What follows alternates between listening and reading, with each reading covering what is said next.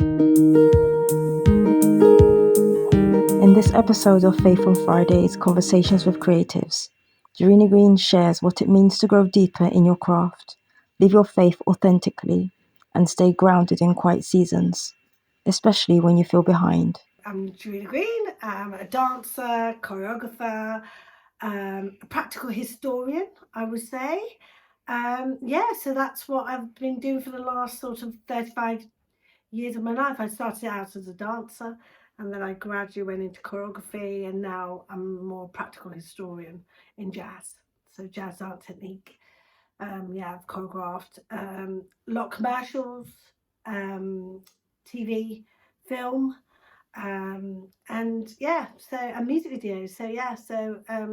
And now I'm working with a show called Swing at a Con Club, which is a historical jazz dance show. So that's what I do. And so, Jreena, what season of life are you in right now? I would say I'm in more the season of research, of development, of looking at the way in which my jazz dance practice is part of the way in which I use my ethos within my work. So it's sort of like looking at the historical part of it and the way in which the movement and the philosophy and the cultural history has related to my work and how it influences my practice. And what's about personally? Because obviously, Yeah. we both performed when we were in our 20 years, Yes, 20 years. exactly. 25. And so life has changed for you as a creative from then. So in that era, in terms of your personal growth and how you see things have changed for you. I think very good question, because it does. You do change as a performer, and you change because whether you're like you a mother, your wife, or things around you have changed your environment, your practice. And I think the changes happened definitely in the sense of I feel I've become deeper in my practice.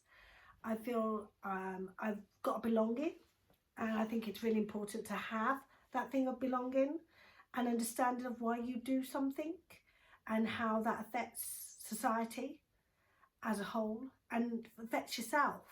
Because I do feel like if, you know, when you go along your work should have some sort of impact on your surroundings and your sort of society, and it's not just about me. Where I feel like when I first started out, it was all about superficial, it was all about me.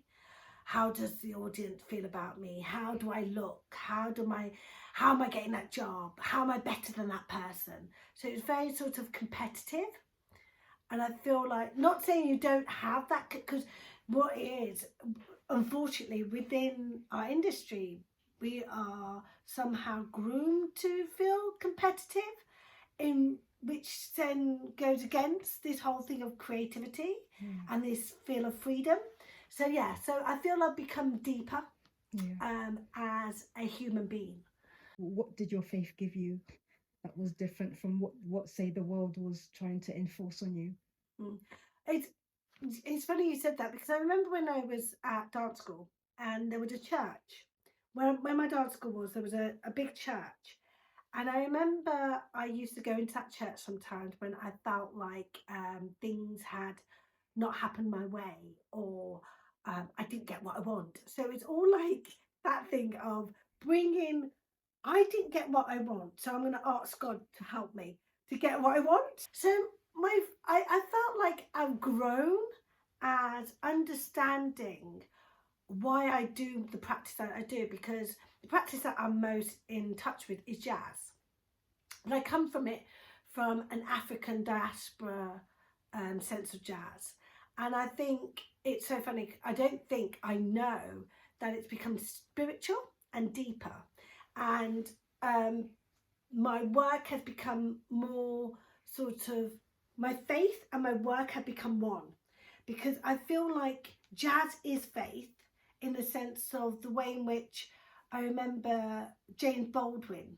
I've actually got a quote from him, not that I prepared, but it actually, James Baldwin says here, jazz was important to the Black experience as religion because it serves as a profound secular and extensional meaning of artistry, pain, survival, oppression, and restoring a stolen history. And I thought that was quite apparent, in the sense of even the word, you know, stolen history, you know, surviving oppression, and articulating the pain. And I do feel like, if, you know, dance does give us pain, or the arts is about searching for that pain, but then how do you find joy within that? And I think that's what my practice has done, in a way, because it brings the humanity and the stolen history of what it is to be a Black dancer in this country. And that's also, I feel like, religion, with my faith. How do I approach a religion that, in a way, has been, you know, put upon me, put upon my ancestors? And people can, you know, say, you know, this thing has been, you know, you're appropriating, you know, European ideas and eccentric by this sort of Christianity. But then when I look at it deeper, and I look at it through my faith, I look at it the same way as jazz. It restored pain. It restored that thing of a higher being, of a soul that no one can actually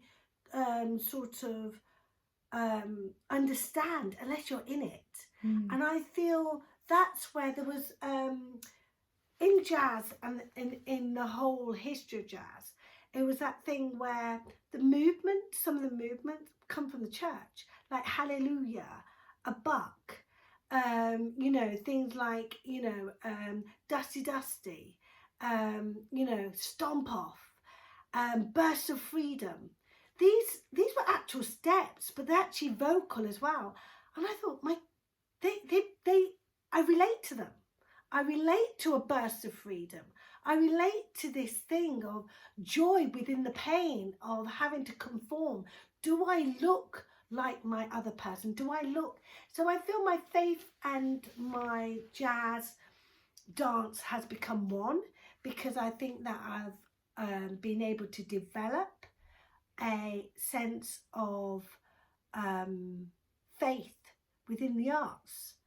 And I think we sometimes forget that, and I've managed to do that with sort of educating young Black dancers of the importance of holding on to a dance form, and the faith of it, and the spirituality of it, and the soulfulness of it, through the rhythms of the ancestors. Of, you know, we are not, we are so diluted from the shores of Africa, you know, but we're still connected through the rhythms and the rhythms of the heartbeat. Yeah, definitely. I think I was one of those people that was so traditional. Go to Easter, Christmas, to the church, do my Lent, it was all like what I would call symbolism, because I was taught to do those things, but I never really understood why I did them. Do you know what I mean? And that was the thing that changed for me. It was understanding why I was doing it, and was I doing it to sort of give it to my children, so that I'm just repeating what my mum did without understanding it. And it was really that thing of, my partner is an atheist. Who doesn't believe, we have an argument about the fact that, you know, atheists, they believe in, do they still have some believing in something? Exactly. They believe in something too. And so I thought that was quite a way in which my children can see the fact of two people could be in a household, one giving them faith, one giving them no faith at all, but how those people can still love each other and come together and bring some sort of autonomy, because we're still together after 25 years. So it's that thing of showing my children tolerance, in the sense of not saying it's my way or the other, but I did say to him, I want to ask two things, you know, can my children either be christened or go to a faith school, but they have to have one. And he goes, well, and I said, if they're christened, you have to come to the church. I saw myself just afterwards thinking, when you say the question, has my faith changed? I would have been 25 years ago, you have to go, because I want you to go, because it's right. And I actually knew when I had seen the way in which I was just using faith to sort of prop up what I wanted, like pray for what I wanted, rather than praying to understand why I needed this faith. Because I needed that faith in the sense of a healing, sort of like going, it's all right. You don't need to literally shout at them to come. You've said, I would like you to come and support the kids, even if you're not there. If you are then doing the way in which you believe your faith is coming through, your understanding of how you are representing, because you are, when you are saying you're a Christian, there are many forms of Christian, but the only person that's going to know your Christianity is the person that's sitting there around your table with you all the time. They're seeing the way in which you act, your way in which you conduct. They're seeing your belief. So when I said that to Orson, I said, well, you can come. I did ask you, and I did say to you, one thing I want you to come. He said to me the exact words, the one thing I like about you, Jreena, is your faith gives you a community. And I feel like because they see you develop your faith from where you were as a younger person, and you get deeper into understanding of what your faith impacts your everyday life, without, reciting the Bible, you still have practices that are so in keeping to Christian values. So you're, in a way, you're talking about lived out faith. Yes. Yeah. The one of the poems that I love so much is the one where I always talk about the stand in the footsteps, where the when you're falling down, and basically, people might say it's a story, but it's just so in keeping with the person who wrote it, the ideology of faith and what it does. And he looks back and goes, but God, literally when I was walking, there was only one set of footprints, and God turned around and said, I was carrying you. And do you see, those are lived out, the experiences of lived out, and we forget that. I think definitely to trust my inner thought, gut feeling, and also trust. There are teachings, and I go back to my mom, and my mom died 20 years ago, and I still hear those teachings now, and trust those teachings, because they were very much passing on knowledge and the degree of life. And those degree of life was when my mom used to basically on a Sunday, if she couldn't go to church, she'd be teaching us. Do you know what I mean? And I would say, like, things, for instance, mom would be upset or angry, and someone would say something bad, and she goes, it ain't me, it is you, you're untrue. I wake up this morning and said my Lord's Prayer. It ain't me, it is you, you're confused, not me. You want to give me all your stresses and worries of life, but it's all right, because I wake up this morning and said my Lord's Prayer. It ain't me, it is you, you're confused. Do you know what I mean? And it was all those little things where I will feel that joy again.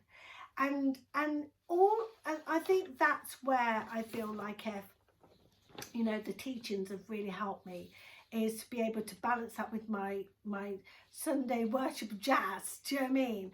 And bring young black souls that I've lost into the forefront of understanding that, you know, the arts are spiritual.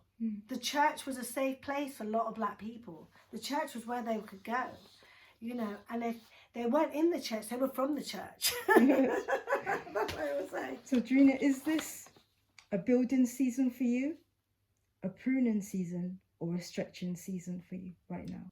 It's more a stretching season, and I say that in stretching my knowledge. I don't need to cut anything off. What I need now is to stretch my deeper understanding. And people always say, well, you know it all. You never know. There's always something else.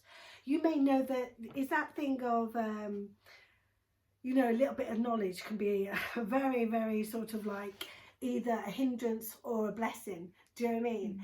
And I feel sometimes a little bit of knowledge can be a hindrance. So it's that thing of stretching my knowledge, stretching my ability, stretching the fact that sometimes I don't want to do something, or I don't feel, and just getting out of that rigmarole and just stretching my belief. Yeah, I think that, and stretching my understanding of what I'm here for.